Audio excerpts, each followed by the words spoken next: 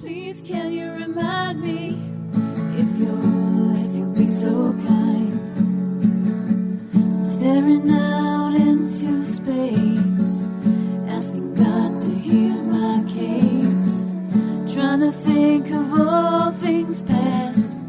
How long will my memory last? The purple angel, purple angel, purple angel, you're next to me. Well, hi, everyone, and welcome to Alzheimer Speaks Radio. I'm Lori LeBay, the host and founder of Alzheimer Speaks. And today we're going to be talking with Kirti Khalsa, who is with the Alzheimer's Research and Prevention Foundation. But before I get into my introduction with her, and we learn just a lot of fabulous work that her and the foundation are doing, I always like to tell people a little bit about Alzheimer Speaks, because we're always getting new listeners, which I so appreciate. So bottom line, Alzheimer Speaks is an advocacy-based company providing multiple platforms to shift our dementia care from crisis to comfort.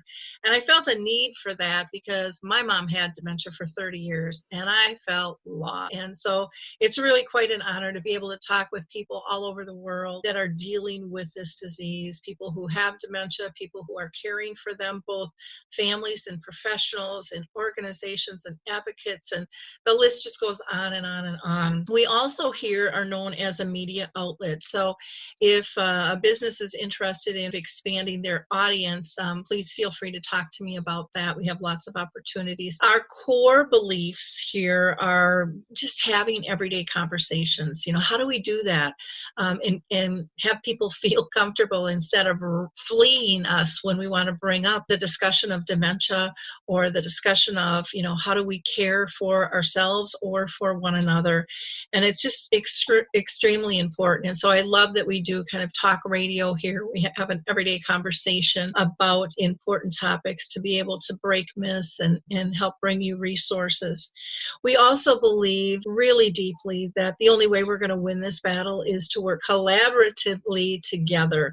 And I know that that's working thanks to each and every one of you. You see, your likes, your clicks, your shares have really helped this movement push forward. For example, here at Alzheimer Speaks, you're the ones that got us recognized by Oprah and Maria Shriver and Dr. Oz. That wasn't us. That was you guys sharing our information. And I can't thank you enough. And I want to share those acknowledgments with you because I truly do believe it's a team effort.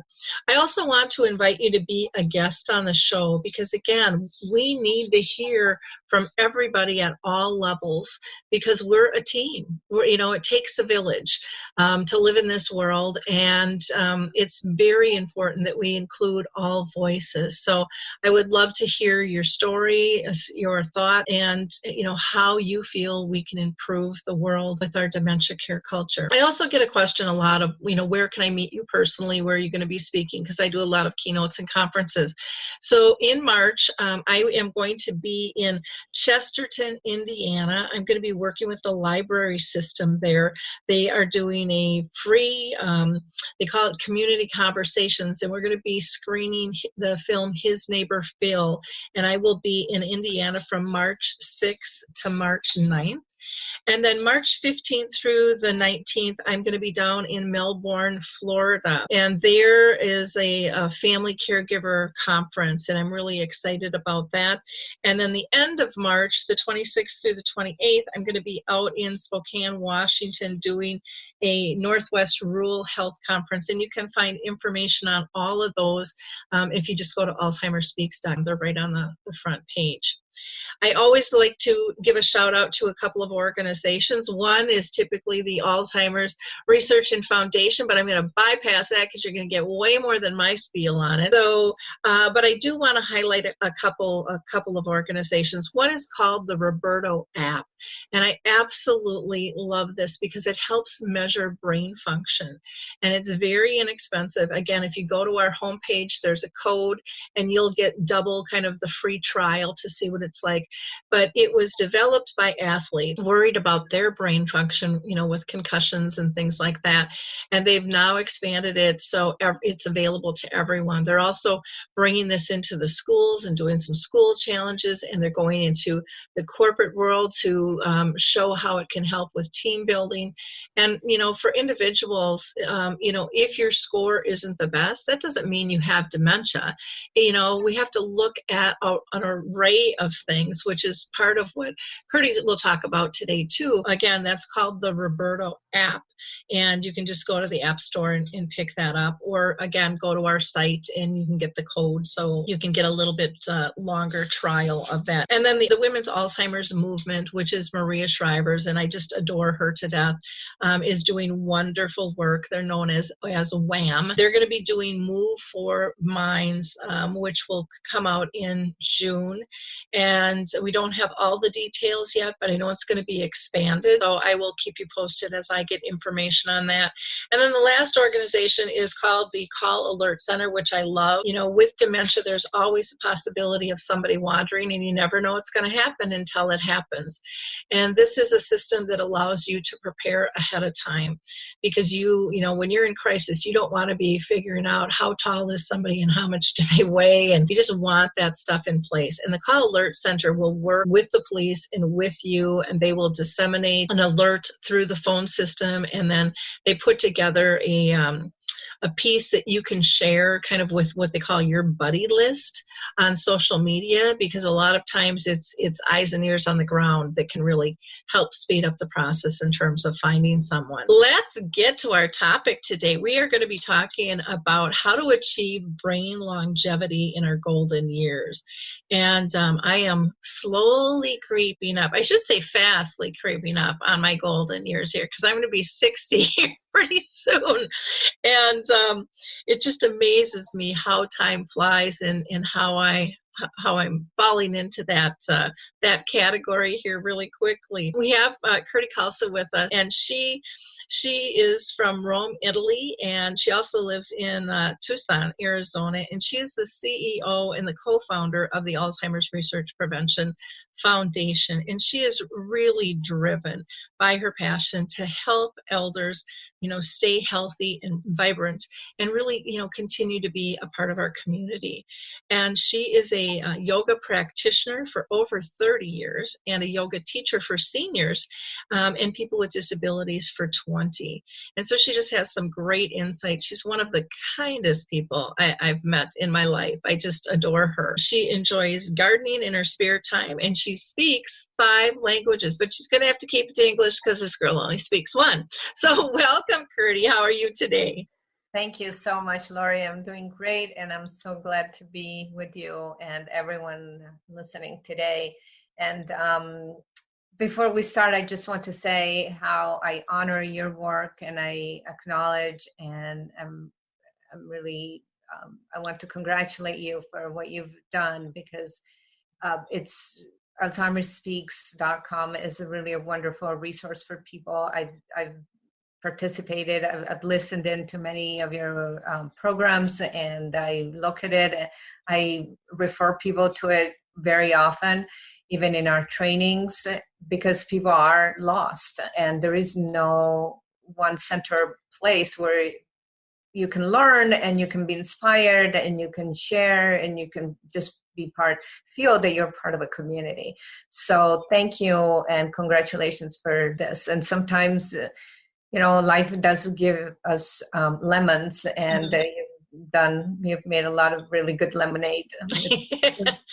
Oh, well, thank you. That's so kind. This really is, was developed for my mom with my mom. And it's been a gift. It's not been a fun journey. It's not one that I would, say, sign up for this one, but yet there have been so many gifts along the way that the people that you get to meet on this journey are typically so authentic, because everybody's lost in this kind of mess, and they're all looking for answers, and they share authentically, and the masks come off. It's just they're real, and you have these deep conversations and support that is almost unimaginable. even with people that you've never physically met, but just maybe connected with over the internet. It's absolutely fabulous. So great job, and thank you for bringing us all together here. And how many years have you done this now? You know, I stepped into this space in 2009, and then I formally kind of went full-time in 2011. I attribute our success to just not trying to be perfect and just trying to have a conversation and be inclusive. So, Kirti, before we get into our line of questions, I always like to ask my guests one question, and that is, have you had any family members or friends personally diagnosed or struggling with concerns with memory issues? Actually, no, I can't really say that. I've always, growing up as a child, I was very, very close to my grandparents, all my 4 grandparents that were all living, and I just spent a lot of time with them, and I've been just in that relationship. You know, I always valued, it was always very comforting to me, and I just felt that it was something very important for people, for everyone. And so when I came to the States and I married Dr. Dharma, who's the founder of the Alzheimer's Research and Prevention Foundation, he had this very strong interest in the holistic approach to keeping your brain health. And so I am not a medical person, but that mission sort of really clicked with me. And so we started working together, and here we are. But I am I teach seniors, and I also give presentations at independent living and sometimes assisted living communities. And I just really care for these, older people that are going through their golden years, and sometimes not in a very, successful way. And so that's the title of our presentation. And I did want to mention that I put in the title Our Golden Years, but really this should be for everyone, people in their 40s. I'm 55, and I definitely, think I really need to be more careful about what I do and how this is going to impact my overall health and my brain health. So really, there's no, as some of our movies that we've seen and these new documentaries are showing, it's really important to start. It doesn't matter when you start. It's never too late. It's never too early. So, it's a continuum. Kids need to be taught how to eat right and, and pay attention, and so that we can maybe curb all this ADD or ADHD trend, right? And then at the other extreme is, our seniors need to be encouraged to keep up with positive and healthy lifestyle choices. So it's a continuum. Mm-hmm. Well, today, again, we're going to be talking about brain longevity in the golden years, but can you explain to people what exactly is brain longevity? And I know you've got kind of a PowerPoint to help kind of guide this, because sometimes it's nice to have the visuals along with the conversation. So what is brain longevity? In a nutshell, it's keeping your brain healthy so that then you and us, we have less of a chance of having cognitive decline, cognitive dysfunction of any kind. So if we realize that the body is one, and what works, the basic concept behind the brain longevity is that what works for the heart works for the brain and the head. Mm-hmm. And so, if we stay healthy, it's going to impact our brain, and it's going to impact our heart, it's going to impact our immune system, and so on. And so it's really a simple idea, like, what you said about Alzheimer's Speaks. Sometimes it doesn't really take rocket science. It's just sort of common sense. And yet, we've seen it. So I'll just jump ahead just a little bit, and I'll say we've been, this foundation has been in existence for 25 years. And in these 25 years, we've gone from total denial about that there's anything you could do for the brain, when Alzheimer's was hardly even known 25 years ago. The word Alzheimer's, of course, doctors knew what Alzheimer's was, but the public didn't really know. And to now, where everybody knows what Alzheimer's is, important to realize you can actually do something for your brain. Yeah, very, very true. The simplicity is so powerful, and we make things so complicated sometimes. And then people think that it's not possible. It's going to be too much work. It's going to take too much time or too much effort or too much money. And so I think talking in just simple terms is really, very powerful for people to understand and for people to be able to incorporate different things into their life as well. So what I wanted to mention is I know everyone here is very familiar with this, unfortunately, but just to summarize what the devastating trend of Alzheimer's is, there's more and more people being diagnosed. The first actual risk factor for the development of dementia is age. So as we know, our whole world is aging. There's more older people, now than there have ever been. And so I'll just focus on the U.S. The Alzheimer's is on the rise. 5.4 million Americans of all ages have Alzheimer's, and of those, 5.2 million are age 65 or older. It's the fifth leading cause of death in this age group, but it's the sixth leading cause of death in all leading causes of death in the U.S. And very sadly, more than 60% of those age 70 with Alzheimer's won't live to be 80. So we are losing wonderful people in our wonderful families and our communities to this terrible. Just to illustrate what I was saying before, that everybody knows what Alzheimer's is, there was a poll a couple of years ago, and the boomers' number one goal was to maintain a sharp brain with age. So we are healthy. We're living longer, obviously, because in general, people are healthier than before in history. And yet the boomers' number one fear is to get Alzheimer's. Mm-hmm. So, we are in touch with the reality, which is just, a scary reality. So now to bring it back to our topic here. So our foundation is the Alzheimer's Research and Prevention Foundation. Was founded in 1993, which seems impossible, by Dr. Dharma and myself.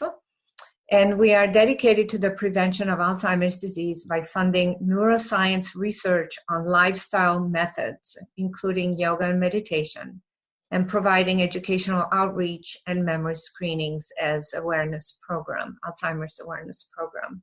Because as when you are out and you talk to people, there's two things that happen. One is people say, I don't want to know. Yeah. And then two, people come and say, I need to know what to do to prepare myself. And what are my risk factors? So our foundation, we get asked this question all the time, how are you different from other Alzheimer's charities? And really, we're different because we fund research on lifestyle. We are not interested in the drug approach. That is very important for a certain segment of people. Once people are the mid or later stage of Alzheimer's, they need a lot of help, obviously, and it's devastating. And our goal is really to talk to people while we're healthy and we're active, and we want to train people how to stay active and healthy for as long as possible. Mm-hmm.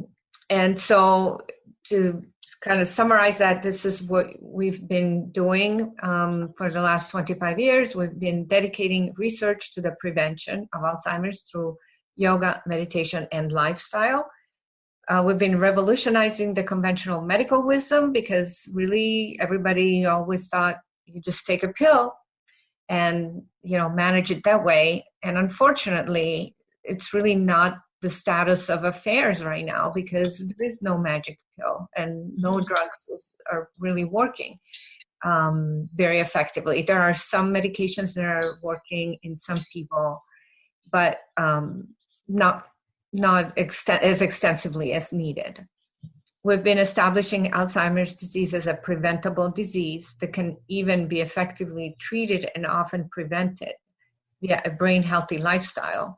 And I need to add that, it can be treated. We believe that it can be treated in the very early stages, of course. Mm-hmm. And then we've been educating the public about the disease and ways to delay its development and reduce the risk factors. And this is, we're very lucky and we're very proud to call these research institutes our research partners. West Virginia University School of Public Health, the University of New Mexico, UCLA, Department of Psychiatry, the University of Arizona, the Arizona Center on Aging, Penn in Philadelphia, and the largest research institute in the world is the Karolinska Institute. And so we've been funding and working with all of these institutions. Wow, that's fantastic. I didn't realize the extensive partnerships that you have. That is really, really cool. So congratulations. Can you get into, I know that you have a belief that there's kind of 4 pillars to Alzheimer's and in dementia prevention. Can you talk a little bit more about that and how people can bring this information into their own communities? Yes, of course. Thank you. So we designed these 4 pillars of Alzheimer's prevention. The first one is diet and brain-specific nutrients. The second is stress management. The third is mental and physical exercise. And the fourth is spiritual fitness. So I'll talk a little bit about each one of them. And if people have any questions after this, I will also refer you to free resources. But basically, the idea is, what can we do on our own in our own daily life to empower ourselves to stay as healthy and take care of our brain as much as we can?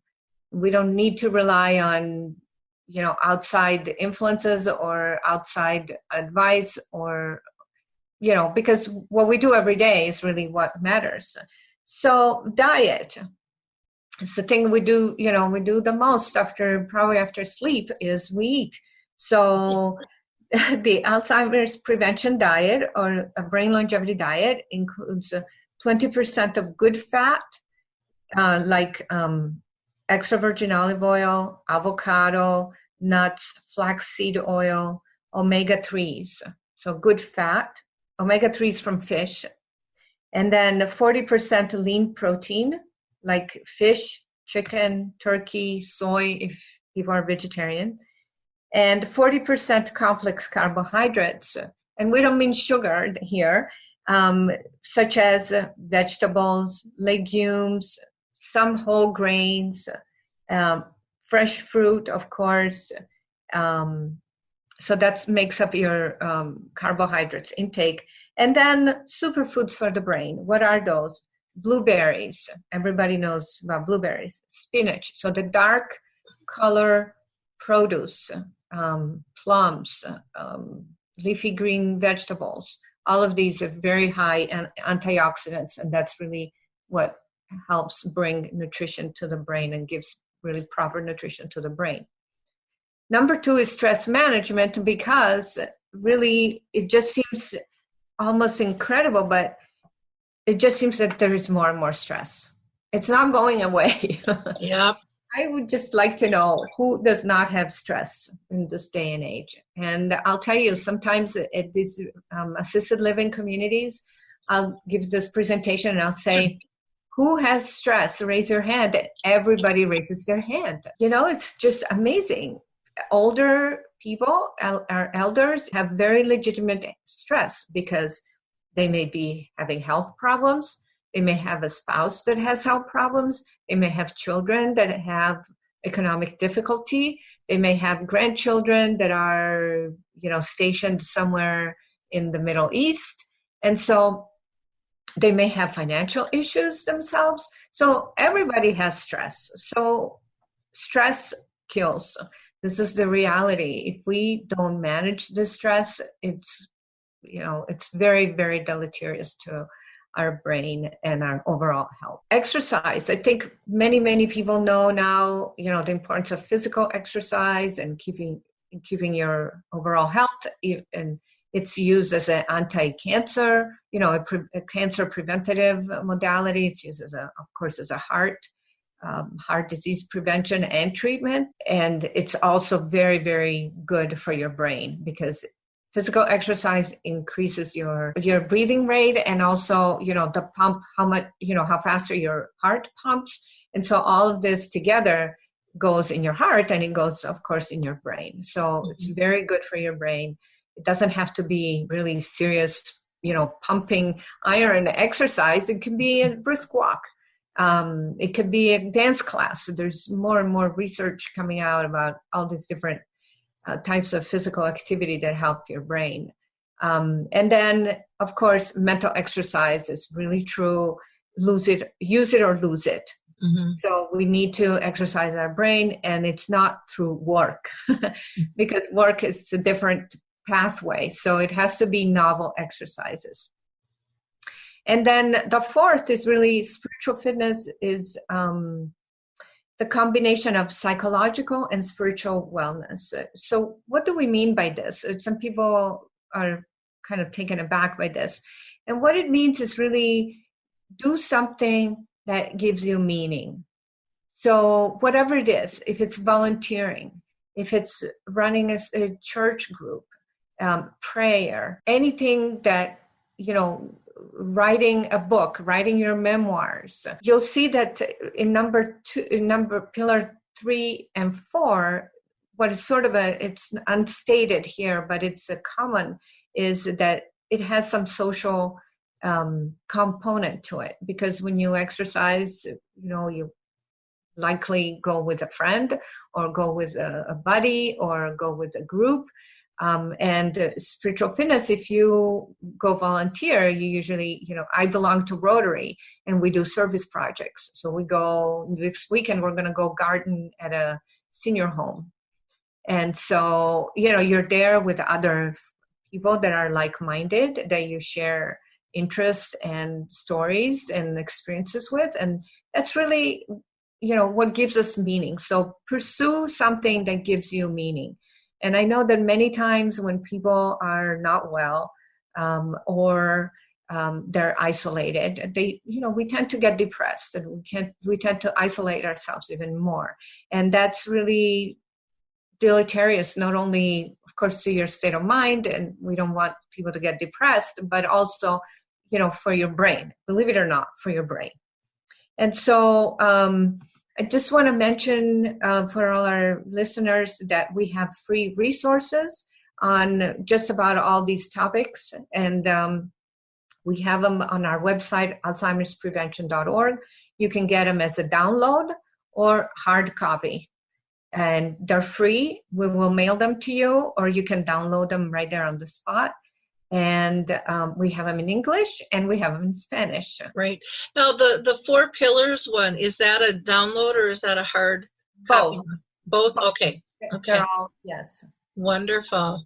Well, it's great information, and I love the 4-pillar concept, because I think sometimes people get the physical exercise we hear about, the diet we hear about, the stress management not so much, and that social and spiritual connection. Those are so powerful and have such a big impact.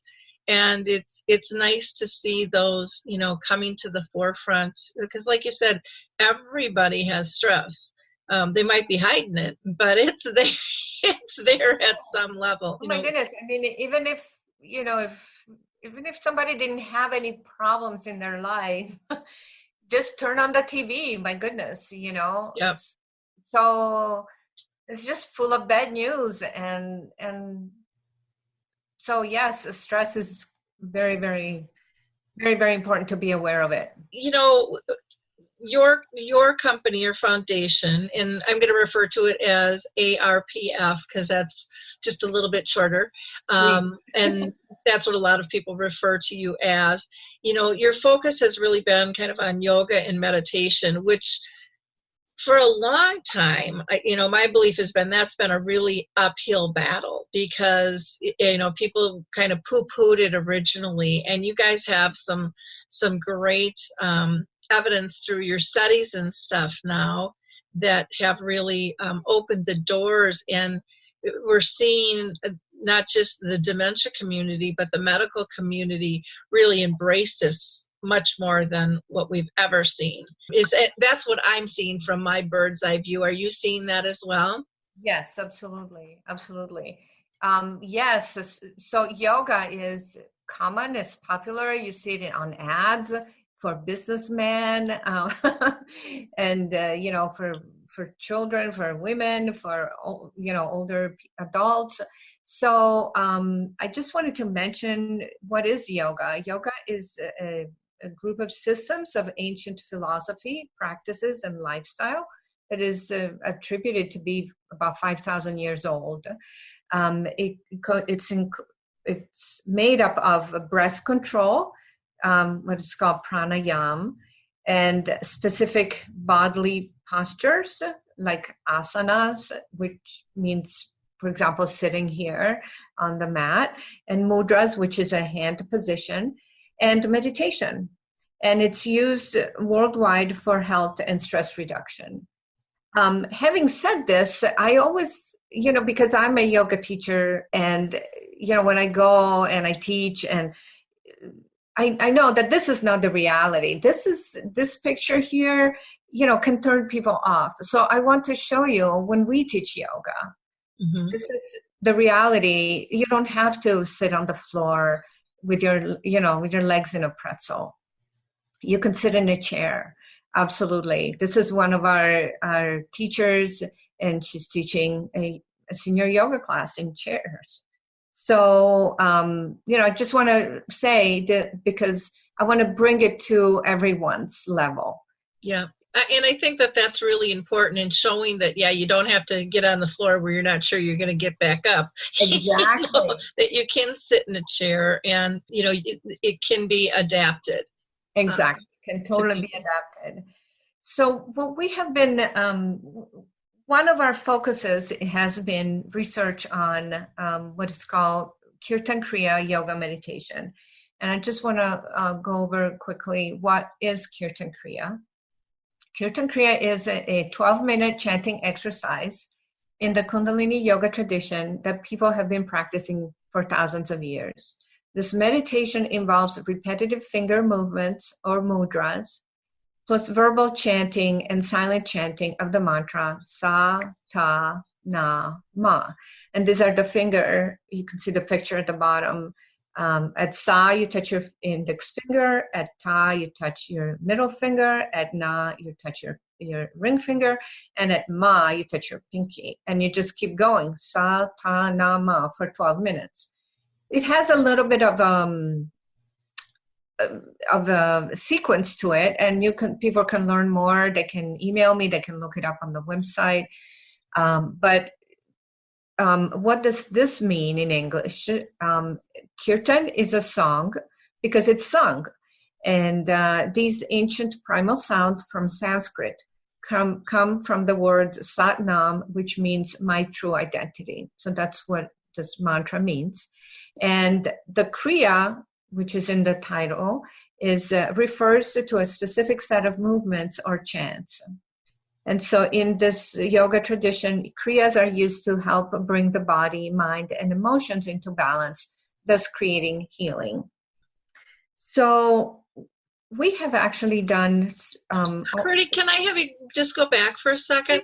Can you just sing it for us and show the hand signs? I think that would be helpful for people.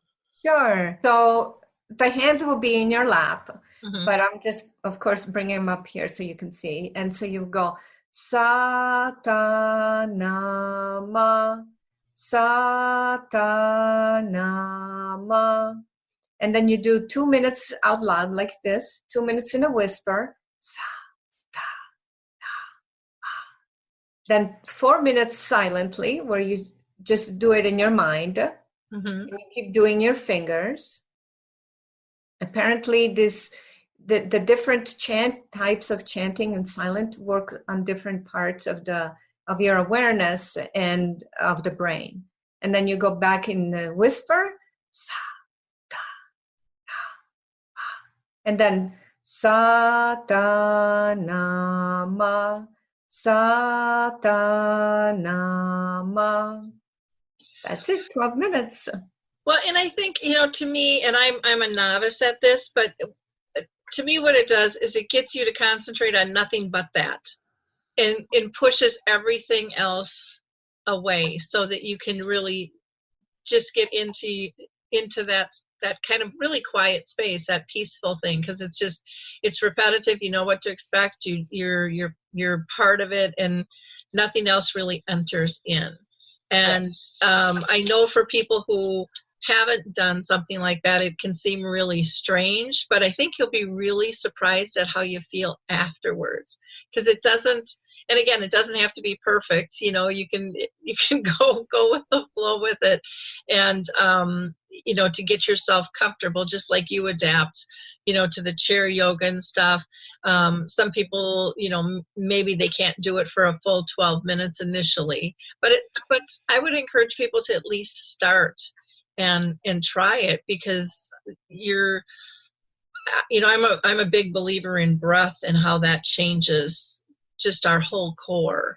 And I use, the breath a lot just throughout my day, get me centered. If I'm feeling a little wacky whack or feeling a little frustrated, it's just like, okay, just take some deep breaths. And, it gets back to that simplicity. It doesn't have to be complicated. It doesn't have to be hard. But it is important to put the time and energy into it. So I thank you for showing people an example of that. Of course. And if people want to we actually have a beautiful recording that is, it has a beautiful background music, and it's chanted, and it's basically, you just follow along with it.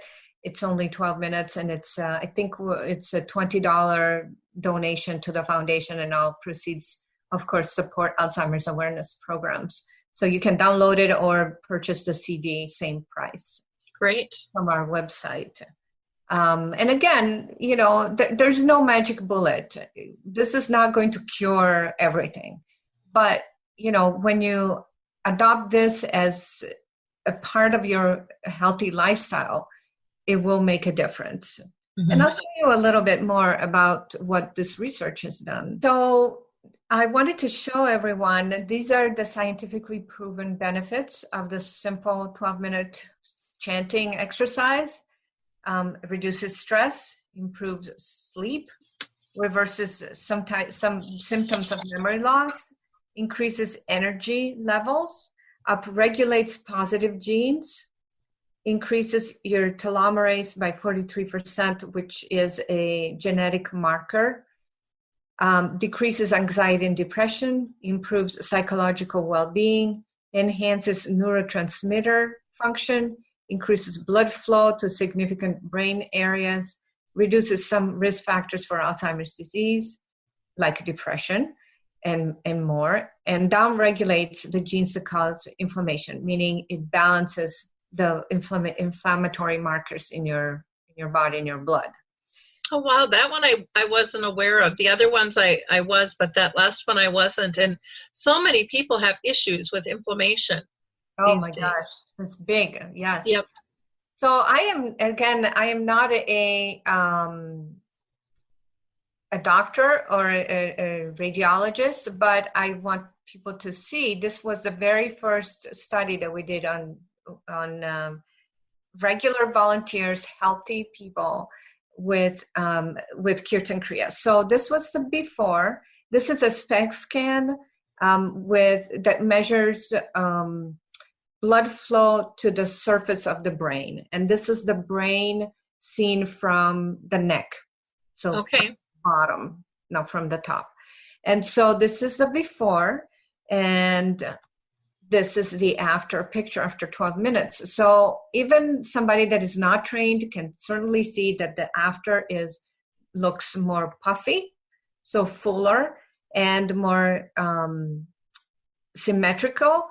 Look at the back here. I don't know if you can see my mouse here, but the back is sort of asymmetrical on the before, and it's fuller and symmetric after. And these little dimples at the front, at the top, it means reduced blood flow. That's what it means. And so look at 12 minutes later, how it's more just healthier. It does look healthier. So this was the first study, and it really propelled us into this work. And so from there, we've done. Kirti, can I ask on the one slide there, in the middle, it looks like there's like a dot. I know. It's really cool.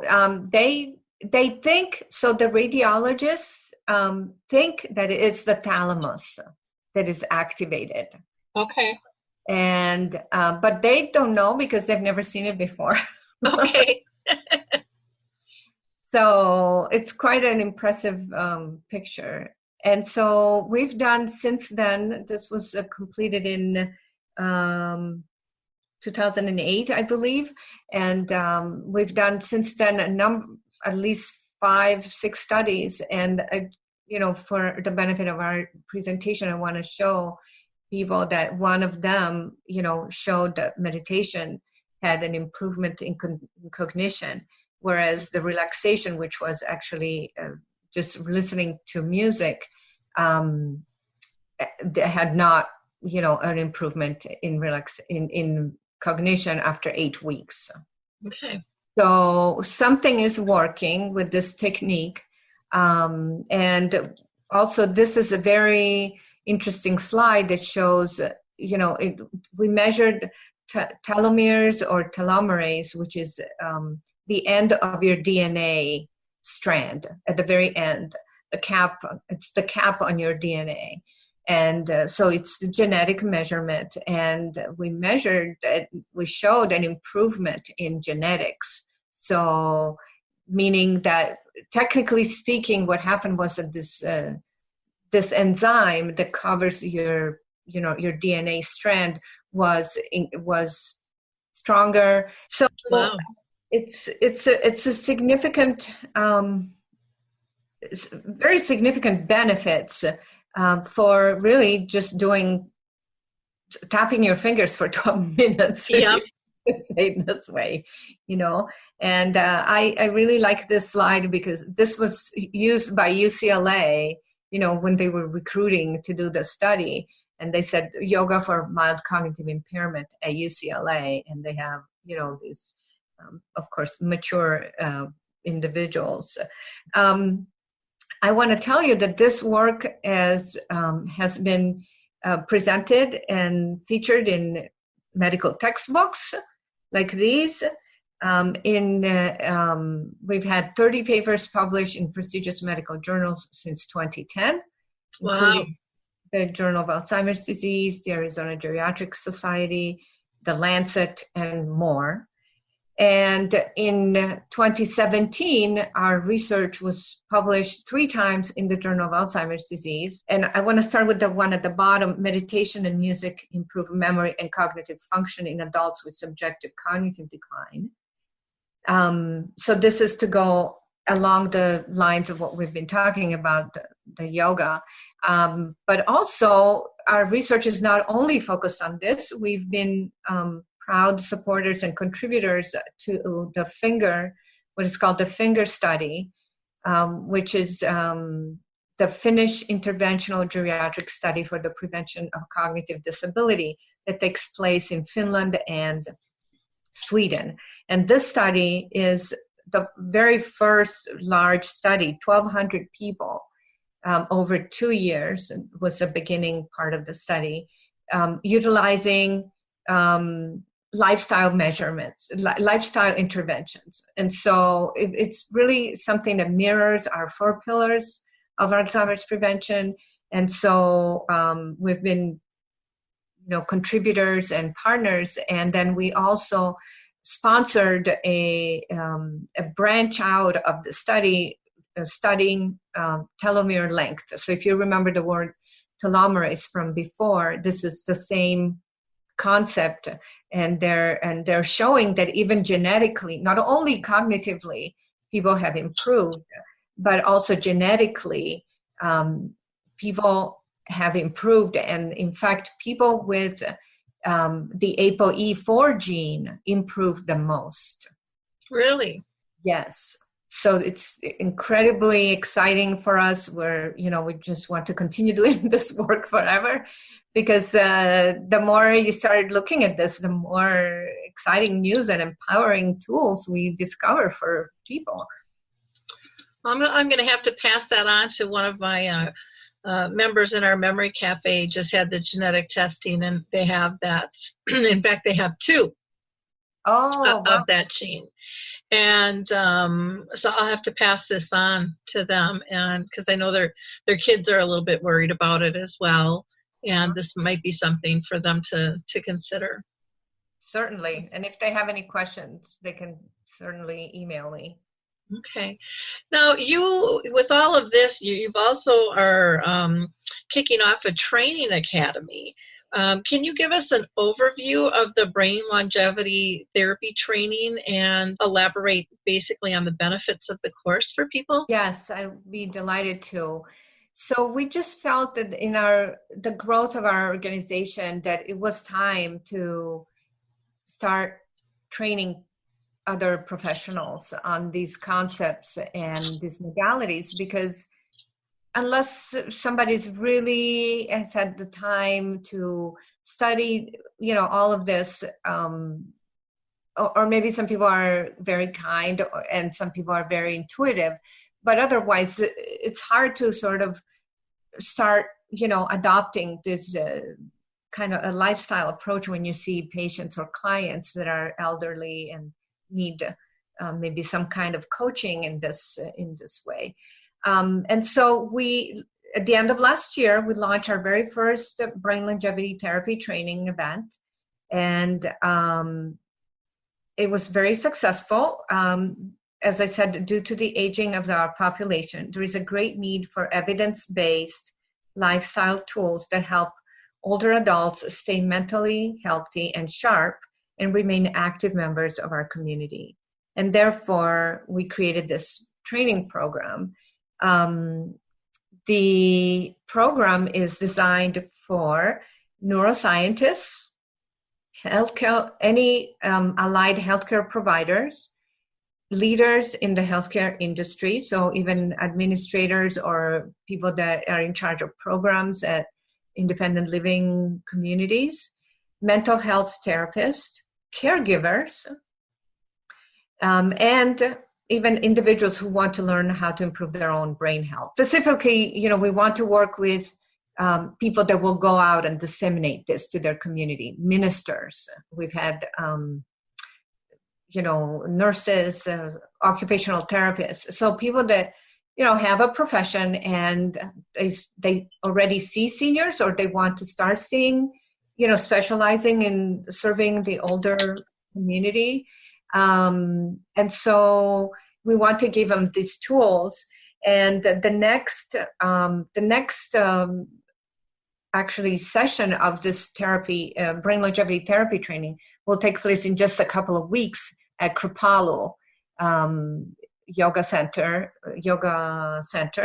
in Massachusetts. So anyone listening that would like to really learn this, come and join us. We'd love to have you. And I just want to share some of the testimonials we had, and the staff is exceptional and very accommodating. Materials and organization of curriculum was great and beyond expectations. The speakers were awesome and leaders in their field. Someone else said that the faculty is amazing. The research was interpreted in a meaningful way. I now have a program that I can share with my family and community. Because that's really what we want. It's about expanding this movement, like you said, for Alzheimer's Speaks.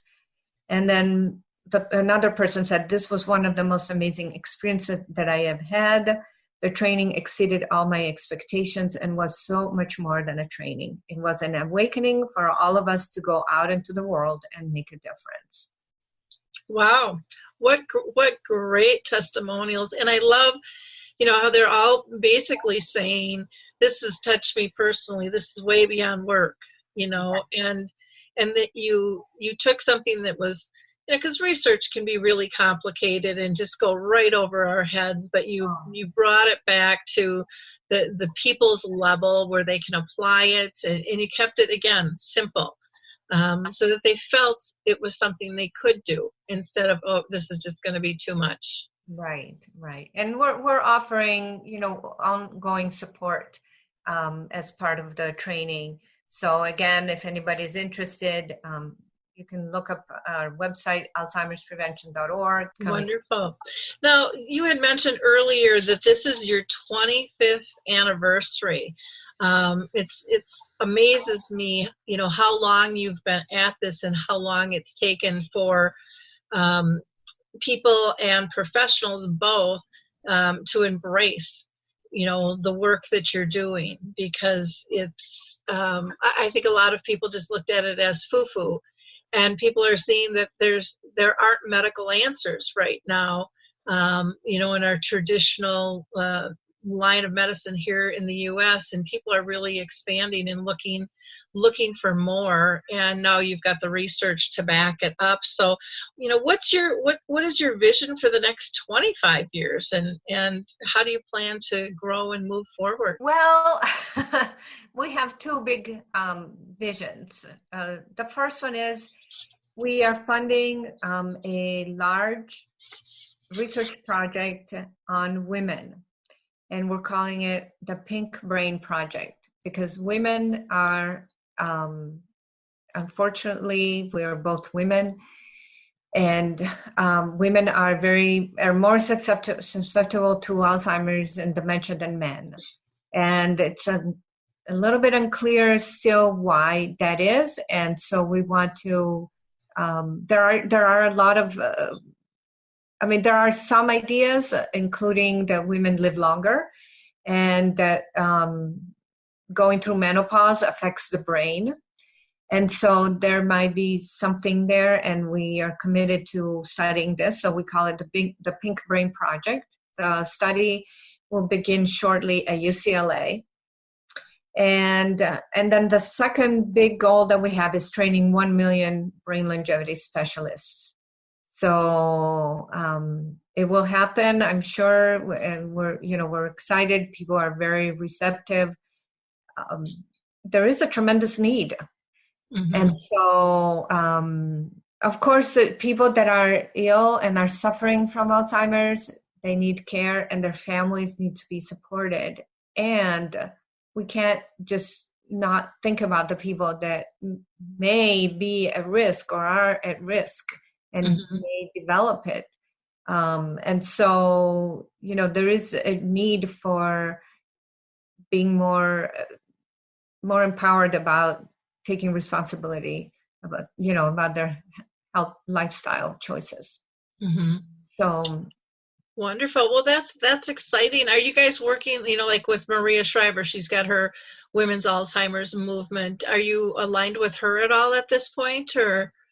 Minimally, but okay. I believe that we will be more and more. Yeah, because with, her, she's raising funds, and I know that she's looking specifically for, research projects specific to women. Yeah. And so that might be great, a great alliance there. I know Us Against Alzheimer's, has their women's group as well. This is, it's an area of need, that's for sure. And I love your goal of getting 1 million brain longevity specialists. Are you going to do kind of a train the trainer with the program, or is that part of it now, or something? Yeah, it is right now a train the trainer program. Okay. And we're also we're expanding our faculty, so there will be more teachers. Mm-hmm. And also we're going to launch it as an online course. Okay. So wonderful. Yes, that's all in the works. A lot of work. It's a lot of work. When you've got passion, the list never ends. But it's exciting to see what all you have accomplished and the work that you're doing. Are you guys going to be at the Alzheimer's Disease International Conference this year? Yes. We're presenting a poster, and we have a booth. Yes. Oh, good. Are you going? I'm got to be out in another, I can't remember where I am. I might be able to sneak there a day before, just for a day or so. I'd like to, since it's here in the U.S. and I'm in Minnesota, so it's not far away. I just don't know if I'm going to be able to make it work. Oh. But it would really be fun to be able to go. So I'll have to see on that. Yes, let me know. Yeah, I will. Kirti, what's the best contact information for people to get a hold of you? Thank you. So yes, this is our website, alzheimersprevention.org, and this is my email, kirti@alzheimersprevention.org. If anyone has any questions, feel free to email me. I'll be happy to hear from you and see how we can help.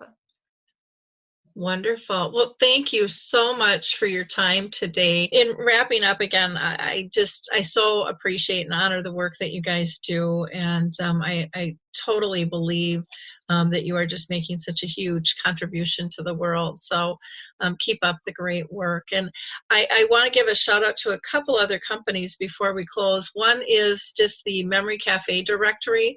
If people are looking for a memory cafe, Calendar Cards has a system that kind of helps you organize your life if you're living with dementia to be more independent. But they have a directory. I think it's the easiest one out there to use. And Dave really keeps up on it, where the rest of us have had a tough time. We're approaching almost 450 memory cafes now in the U.S., but it's just memorycafedirectory.com, memorycafedirectory.com. And, that kind of falls into your spiritual piece and kind of that psychosocial and being connected with people, which is great. The other one is the American Senior Magazine. They just do a fabulous job engaging people through storytelling, through pictures, and they also have activities there designed to engage and kind of keep that brain going. Plus, it's all large print, which I personally love. The American Senior Magazine.com for further information on that.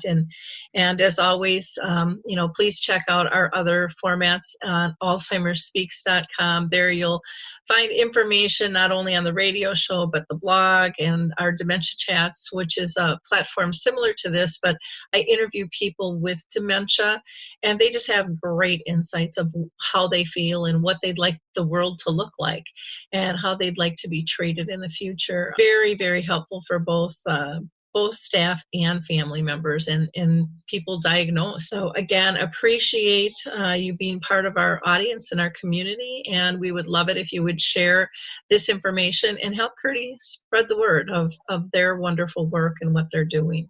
So thank you very much, and we will talk soon. Hello, everyone, and thank you, Lori. Hey everybody, Jared Sebestier, host of Retire Repurposed. This podcast is dedicated to help people transition into fulfilling and purposeful retirements. Retirement is a big life change. In fact, the two most dangerous years of a person's life are the year they were born and the year they retire. Few people could just flip the switch from working a career 30 or 40 plus years, retiring on Friday without methodical steps to living what we call a repurposed retirement. To listen now, search Retire Repurposed on your favorite podcast platform, Senior Resource, or Life Audio.